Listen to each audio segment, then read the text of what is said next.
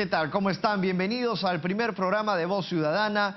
Los acompaña Mario Brais y vamos a estar el día de hoy tratando un tema del cual todos ustedes comentan, y es la problemática del deporte, la realidad del deporte peruano. ¿Qué está pasando? ¿Quién lo está fiscalizando? ¿Se está legislando en torno a este tema? Bueno, para hablar de la realidad del deporte en el Perú vamos a estar con nuestros invitados especiales el día de hoy, José Enrique Arizpe Chávez, decano del Colegio de Arquitectos del Perú, y Sebastián Rubio, analista deportivo de Día 1 del Comercio, así como también pues del suplemento Sport Business. Muchas gracias por haber venido. ¿Qué es lo que hace falta para que nosotros podamos demostrar como país que tenemos la mejor infraestructura para poder presentar diversos juegos deportivos de calidad? Bueno, decisión política, eso es lo primero que deberíamos preocuparnos. Nuestros gestores, tanto de la ciudad como del país, deben promover normas que alienten el deporte y para eso dotar de reglas de juego claras para garantizar estabilidad y que los inversionistas apuesten, ya que el Estado muchas veces no está en capacidad de invertir, la inversión privada sí lo está en capacidad, pero tiene que haber reglas de juego claras, dentro de ellas mucha estabilidad jurídica. Ahora, hay el presupuesto, a su juicio, para poder hacer escenarios, por ejemplo, tipo los que se hicieron en los Panamericanos de Toronto, que fueron los últimos, o los anteriores, ¿no?, los de Guadalajara. ¿El Perú está, por ejemplo, dispuesto a poder soportar la cantidad de gente que vendría al país para estos Juegos Panamericanos? ¿Y dónde es que podrían ir los escenarios para cada uno de los deportes? Definitivamente nuestro diagnóstico nos hace ver que no estamos preparados, pero que sí hay una esperanza, hay una posibilidad y es una oportunidad histórica que el Perú no puede dejar de hacer, no puede desperdiciar. Es la oportunidad para cambiar Lima, para volver Lima finalmente en destino turístico del mundo. Esta es una oportunidad que se presenta muy pocas veces a los países y que si no la aprovechamos se nos pasó la virgencita. Y creo que esto ayudaría no solamente a corregir el tema de infraestructura deportiva deficiente hasta el día de hoy, sino también crear escenarios, espacios públicos adecuados que van de la mano con la infraestructura deportiva. Pero esas son políticas de Estado y hoy que hay un nuevo Congreso y hay una nueva autoridad a nivel del país, creo que es la oportunidad que no debemos desperdiciar. Sebastián, por el lado de los deportistas, por ejemplo, ¿existe la adecuada preocupación en los colegios para realizar las buenas prácticas de los deportes, ya sea en educación física? ¿Existe, tú consideras, una adecuada alimentación para los chicos para que puedan salir valores deportivos? ¿Qué tal? Bueno, gracias por la invitación, Mario. Bueno, a nivel educación escolar deportiva específicamente, se perdieron muchos años donde, como todos sabemos, dejó de ser obligatoria la educación física.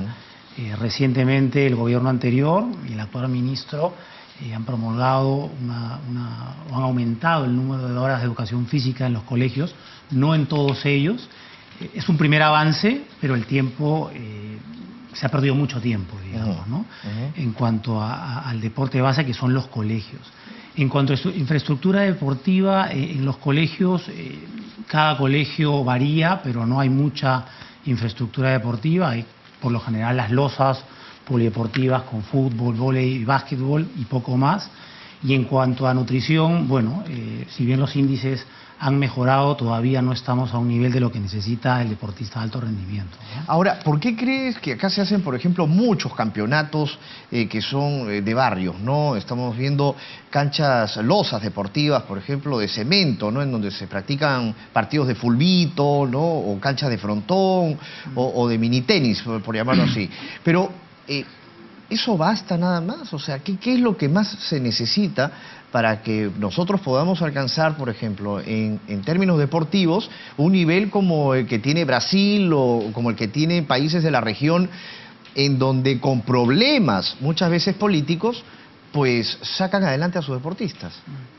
Bueno, previamente tiene que haber una planificación y un plan, ¿no? O sea, ¿qué queremos hacer? ¿A qué te refieres tú con destacar? ¿En qué deportes queremos destacar? No podemos destacar en todos. Tenemos que optimizar los pocos recursos que tenemos y enfocarnos, ¿no? Tú mencionabas los campeonatos de fulbito, de barrio, etcétera. Bueno, el fútbol, aunque nos vaya mal, es el deporte más universal y más popular del mundo y eso es inevitable, ¿no? pero luego se puede hacer un plan de segmentación, ¿no? IPD, Ministerio de Educación, Gobierno, parte privada, todos los actores tienen que trabajar un plan de segmentación en donde definamos en qué deportes podemos hacerlo mejor o masificarlo, ya sea por biotipo, por tema geográfico, etcétera, etcétera, y apuntar las balas ahí, pero no podemos hacer todo, ¿no? Y en ese sentido, una vez segmentando y priorizando, desarrollar entrenadores, infraestructura, nutrición, etcétera, etcétera, porque es una visión integral. José Enrique, ¿qué pasa, por ejemplo, cuando un arquitecto tiene una idea de hacer un escenario deportivo de calidad y por ahí de repente sus autoridades pues no gastan el presupuesto necesario que se tiene que hacer para realmente construir un escenario de calidad? O sea, ¿cómo poder realmente fiscalizar de una manera oportuna ese tipo de temas? Porque se han visto casos de presidentes y presidentes y presidentes de diferentes instituciones que a las finales pues se han visto en algún momento con el presupuesto necesario y no se ha gastado. Ahora, es que las grandes ciudades que nos han dado ejemplos y que inclusive han tenido reconocimientos internacionales y mundiales, como el caso de Medellín, ¿no? Por ser una ciudad la más innovadora del mundo, todas trabajan su infraestructura por concursos públicos de ideas, que es una buena práctica que se dejó de hacer muchos años de hacer en el Perú. Sucesivos gobiernos lo que han ido haciendo es entregando a las personas de su confianza, dícese, ¿no? Entonces esto, en los términos populares, es entregar a dedo las obras de infraestructura.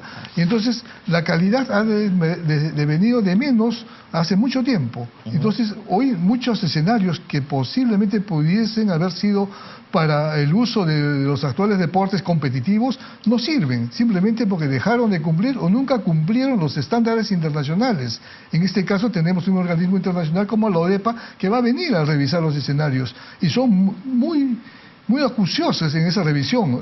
Son milimétricos, digamos, las distancias y los términos y las características de cada escenario. Sebastián, y eso, ¿tú consideras que nosotros como país debemos continuar trabajando en sacar adelante los Juegos Panamericanos?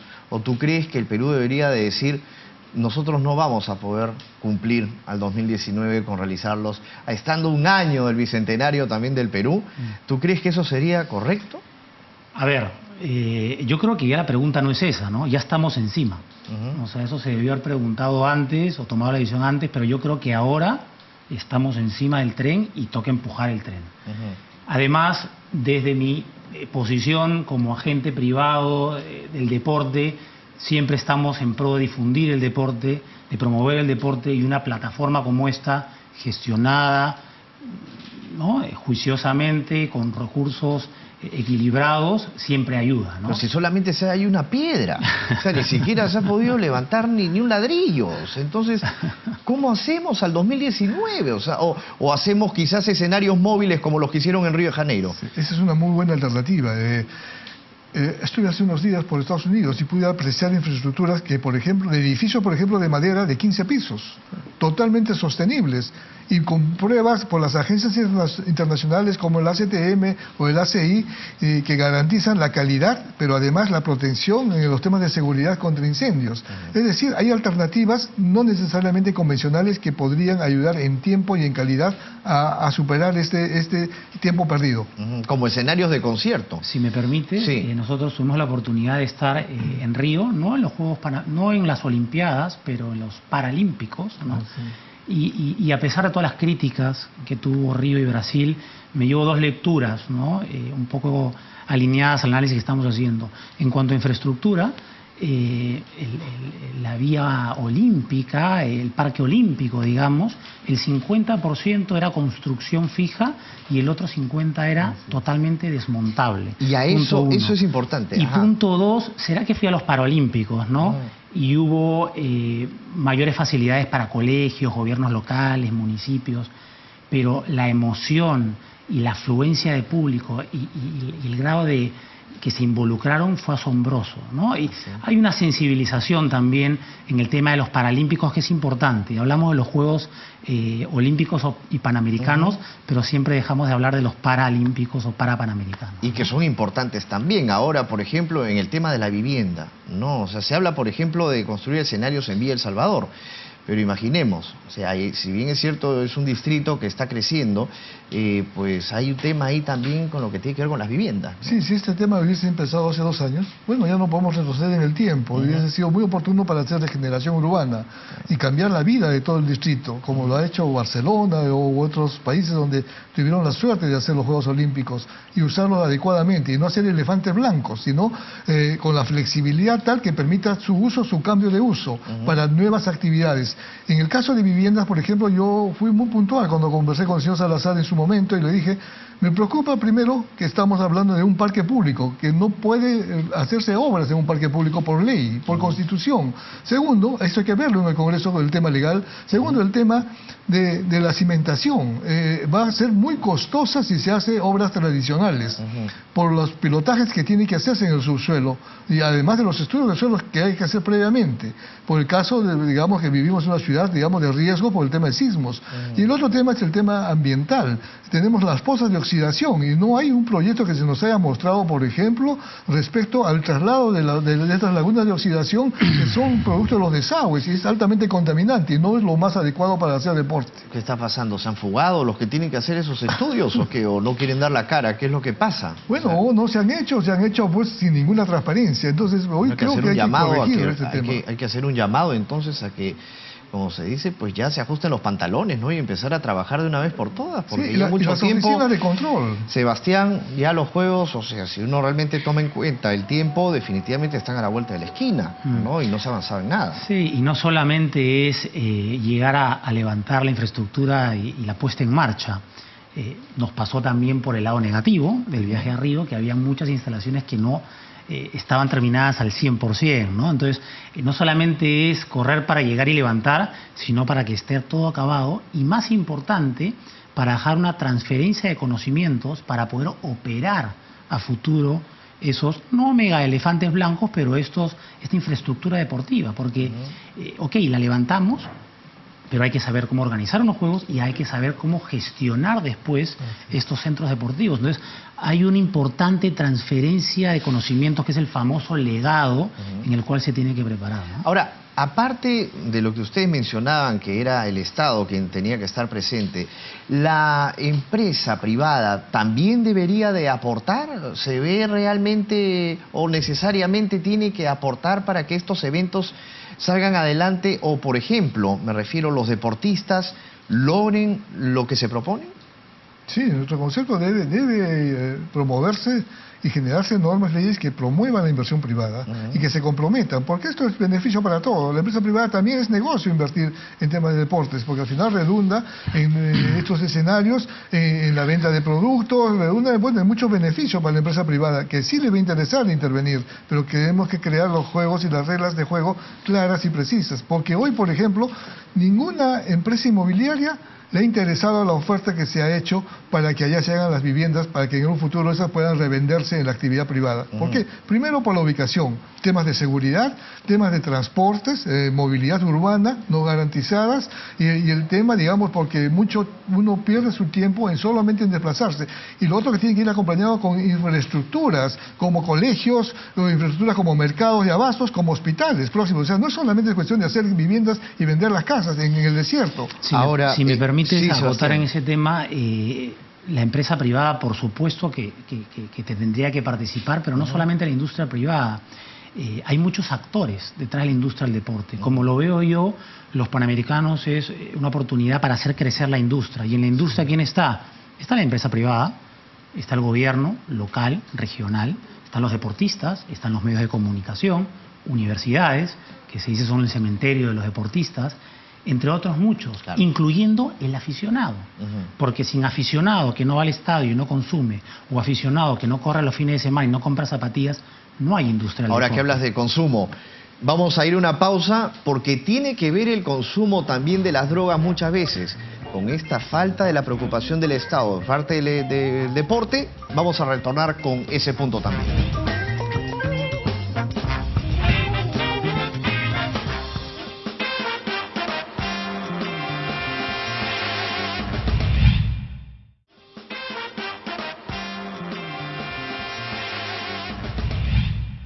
Bienvenidos a esta segunda parte de Voz Ciudadana. Los vuelve a saludar Mario Bryce. Estamos con José Enrique Arizpe Chávez, decano del Colegio de Arquitectos del Perú, y Sebastián Rubio, quien es analista deportivo, columnista también del Día 1 del diario El Comercio, de suplemento de la columna de Sport Business. Bueno, nos habíamos quedado en la pregunta que le hacíamos a Sebastián, y realmente quería que nos conteste, y era si es que realmente esta falta, ¿no?, de política de Estado, como se dice, podría contribuir al hecho de que se incremente el consumo de las drogas, por ejemplo, en los jóvenes, en los niños. A ver, el deporte es una plataforma de inclusión social, definitivamente, y no solamente toca el tema de drogadicción, delincuencia, igualdad y demás, ¿no? Entonces, es un buen catalizador o un agente, sobre todo en aquellas zonas un poco remotas o periféricas, donde los chicos o los jóvenes no tienen el centro comercial o no tienen otro tipo de actividades, ¿no? Nosotros, a nivel empresarial, desarrollamos varias acciones de responsabilidad social en zonas alejadas, en Alto Larán, en Chincha, en algunas zonas en Pucusana, en el mismo Villa María del Triunfo, y definitivamente el deporte les da un espacio, ¿no?, para que los chicos puedan interactuar, jugar y estar ocupados. Y ya simplemente el hecho de estar ocupados y no tener ocio, distracciones, es un agente, un combate con la potencial drogadicción, ¿no? José Enrique, en el tema, por ejemplo, desde el Congreso, si uno tendría que hacer un análisis, ¿qué es lo que se debería de hacer desde aquí del Parlamento? ¿Qué deberían de trabajar los congresistas para poder legislar en esta materia de la problemática del deporte y también, pues, sin duda, poder fiscalizar lo que se está haciendo mal? Sí, en el caso específico de los panamericanos, hubo una propuesta que fue desestimada en su momento, que lo puso Leila Chihuahua, que era declararlo en emergencia. Creo que eso hubiese sido muy conveniente, y creo que hoy ya vuelve a tomarse, digamos, ponerse en vigencia, y esa propuesta ojalá que el Congreso la asuma y la retome y ponga las reglas de juego claras, ¿no? Digamos, dando esa posibilidad. Ajá, la congresista Leila Chihuahua ha estado luchando durante todos estos meses, y bueno, también en el quinquenio anterior, en torno a este tema aquí del Congreso. Sin embargo, pues en algún momento también encontró diversas piedras en el camino, ¿no? Porque no es fácil, ¿no? Entonces, hay muchos intereses detrás.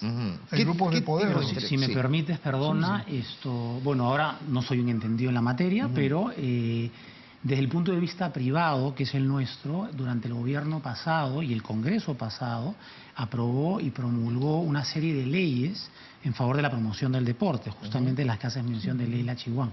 Falta regularlas, que no es poco, ¿no?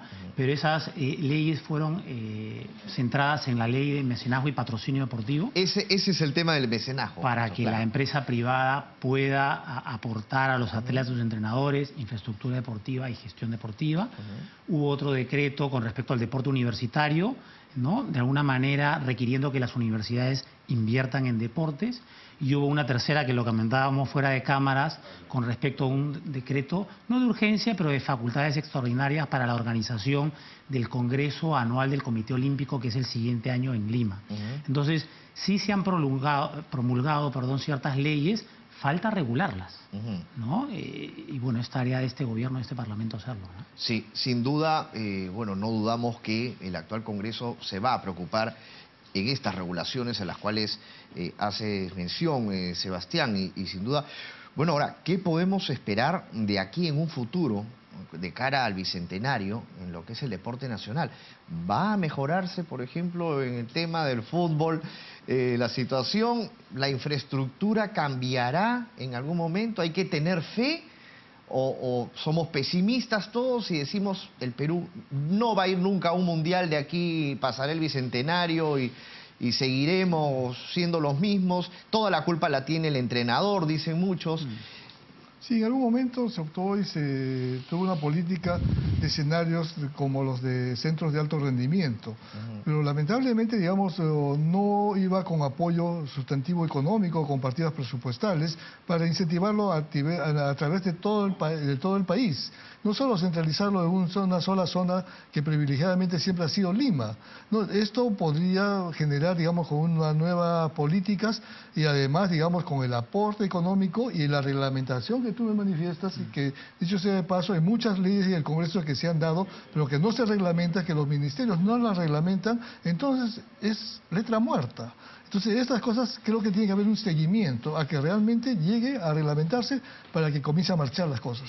Yo creo que no está todo en la... O sea, obviamente el gobierno tiene que hacer del deporte una política de Estado, como no se ha hecho hace muchos lustros o décadas. Abandonado el deporte. Yo sí noto entusiasmo y ganas en este gobierno de promover el deporte a la altura. Sin embargo, no solamente es el gobierno, ¿no? Está la industria privada que también tiene que aportar, pero la industria privada no va a aportar si es que no están las reglas claras y si no ve gestión en las federaciones. Tú hablabas de la Federación de Fútbol, pero hay muchas otras federaciones más que si no están ordenadas, no presentan un buen plan, es muy difícil que la industria privada pueda aportar. Tienen que haber verdaderos gerentes, ¿no? Correcto. Yo estoy personalmente viendo cierto cambio en la Federación Peruana de Fútbol. No se va a dar de la noche a la mañana, obviamente. Hay un plan de acá al 2022, sí, ¿no? En lo deportivo y en lo gerencial, con ánimo de revertir esta situación, pero toma tiempo, ¿no? Y hay que ser paciente también. Sí, hace un momento conversábamos sobre las pequeñas losas deportivas, claro, ¿no? Hay críticos que los manifiestan y nos dicen que esto destrozó el fútbol. Fue muy bueno para la recreación de la población, para que pequeños grupos puedan, digamos, tener una ocupación, pero no ha sido muy bueno para el caso del deporte en el tema del fútbol, ¿no? No sé cuál es tu opinión al respecto. Es un buen punto, porque al final hay que entender claro cuál es la pirámide del deporte, ¿no? En la tope de la pirámide está el alto rendimiento, sí, ¿correcto? En la mitad de la pirámide está la masificación del deporte, el deporte amateur, que es responsabilidad de las federaciones, ¿correcto? Y abajo está la masificación, educación física, que es parte del Ministerio de Educación, el MINEDO. Es importante Entonces, saber eso, hay que ¿no? trabajar en este triángulo, claro, ¿no? Correcto, y obviamente saber cuáles son los objetivos en cada uno de los escalones. De acuerdo contigo de que las losas pueden no ayudar mucho en la técnica de un jugador de fútbol y demás, pero sí da esparcimiento, diversión y cumple los objetivos de la base de la pirámide, pero solamente para no la de arriba, ¿no? exacto. Entonces hay no que trabajar en conjunto y tener objetivos para cada uno de los segmentos, ¿no? A lo que tú vas, ¿no? Que las losas pueden aportar quizás diversión, más no líderes o no deportistas top que puedan ir a Juegos Olímpicos, ¿no? Como en la década de los 80, por ejemplo, con las voleibolistas que teníamos nosotros, ¿no? Tremendos equipos de voleibol que teníamos. Sin embargo, pues eso ha ido decayendo, ¿no? Y es ahora lamentable ver en muchos casos deportes que podrían estar top y que ahora han caído. Sin embargo, hay otros deportes que sí están dando logros y éxitos, ¿no? Estamos viendo, por ejemplo, el ajedrez, el karate, por ejemplo, el taekwondo, lo que es la tabla, ¿no? Vuelvo a reiterar, lo que es, por ejemplo, el tiro, ¿no? Sin duda son deportes que muy pocos se conocen y pues están dando logros, ¿no? Están dando logros para el país. Pero la pregunta que todos quieren escuchar es: ¿qué va a pasar con el fútbol peruano? O sea, la gente se pregunta, ¿hasta cuándo más? O sea, ¿cuánto más vamos a tener que esperar para poder ver siquiera que Perú golee a cualquier equipo sudamericano? Sí, la esperanza creo que no podemos perderla, no, jamás podríamos perderla. No, ya mucha la esperanza, ya no hay pero más esperanza. Lo que sí hay que tomar algunas políticas como estas, por ejemplo, de volver al interescolar, que generó muchas canteras de muy buenos jugadores en sus momentos que respondieron para México 70. Entonces, pues ellos venían de todas las épocas de las competencias interescolares. Muñante salió de ahí, por ejemplo, el Colegio Guadalupe. Y así comenzamos a ver todos los que fueron campeones en ese entonces, salieron de los colegios. Claro. Y era una competencia descentralizada, ¿no? Algo que está intentando hacer ahora la nueva federación. Quiere diversificar el fútbol, presentar unas estadísticas asombrosas de la participación de la gente de provincia en los equipos de primera, era muy baja, ¿no? Entonces, uno, descentralizar. Y dos, respondiendo un poco a tu pregunta también, no solamente en el fútbol, en otros deportes nos quedamos un poco obsoletos en cuanto a la preparación, la dirección. El tema físico es fundamental. En el tema del fútbol, la presión. Y antes confiábamos simplemente en los talentos y ahora el fútbol y los deportes cambiaron, ¿no? Psicológicamente también hay una carencia, ¿no? Hay una correcto. Carencia también, ¿no? De quizás un comportamiento psicológico... Autoestima. De autoestima, ¿no? Adecuado, ¿no? Bueno, esperemos pues que ese tipo de temas pues vayan saliendo poco a poco y que realmente estemos encaminados ya al Bicentenario, también con un deporte pues que en alguno pues de la cara. Todo esto va también relacionado a una visión integral. Si tenemos un plan nacional a nivel general, un acuerdo nacional, entonces ya tenemos una ruta. Entonces y ahí las ciudades también tienen que comenzar a planificarse. El gobierno debe tomar acciones, por ejemplo, no debe generar o dar recursos a quienes no tengan un plan para el desarrollo de su ciudad. Y dentro de ese plan están pues todos los temas en todos los campos. Y una hoja de ruta transparente sobre Totalmente. todo. Sí, el IPD estuvo trabajando en una política nacional del deporte, ¿no? Dentro del CISDEN, y ahí yo creo que el reto es involucrar a todas las partes, a todos los actores, ¿no? Para que puedan retroalimentar todo esto de acá, ¿no? Pero de acuerdo con lo que manifiestas en no otorgar recursos, no solamente a gobiernos regionales, sino a las federaciones también, ¿no? Hay que cada federaciones que han sido cuestionadas muchas veces, en donde dices, ¿dónde está la plata? ¿Dónde está la plata? ¿No? Y dices, mira, ese deportista no recibe ningún apoyo ni ninguna ayuda. No, es que no hay plata. No, sí hay plata. ¿Dónde está? Sí, pues sí, a veces no funcionan las oficinas de control, que es otro tema, ¿no? Y un poder judicial que tampoco da garantías, que es otro tema. O sea, son retos que el país tiene que afrontar. Pero siempre hay que verlo con una mentalidad positiva, ¿no? ¿Y cómo funciona, por ejemplo, Sebastián, si comparamos con países como Argentina, en donde también hay corrupción, o Colombia, por ejemplo? Ahorita, a ver, justamente, y ya que tocas en el tema, en la semana pasada un congreso de gestión deportiva, ¿no? Que involucró a varios actores y que hubieron varios ponentes de fuera también. Y nosotros no necesitamos replicar pues lo que hace Estados Unidos, Europa, Australia, porque son realidades ajenas, ¿no? Son o compararnos con lejanas. Londres 2012 o Toronto 2015. No, sí, no son hay que lejanas. compararnos con Guadalajara, con Río, ¿no? Exacto. Entonces, siempre es importante compartir buenas prácticas.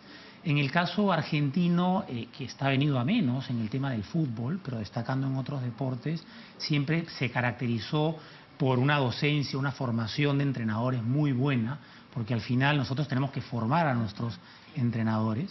El caso colombiano es un ejemplo en cuanto a el involucramiento del Estado y la diversificación a otros deportes que no sean el fútbol, ¿no? Claro. El Coldeportes, que es el IPD colombiano, apostó ya hace 2 o 3 Olimpiadas en darle fuerza al deporte olímpico colombiano, y se están viendo los resultados con reglas claras y facilidades para el inversionista privado. El inversionista privado en Colombia puede descontar hasta el 125% de su impuesto a la renta. Conclusiones, señores. Muchas gracias por haber venido. No hay tiempo para más. ¿Cuáles son las últimas conclusiones? No seguir perdiendo esta gran oportunidad que nos da la historia.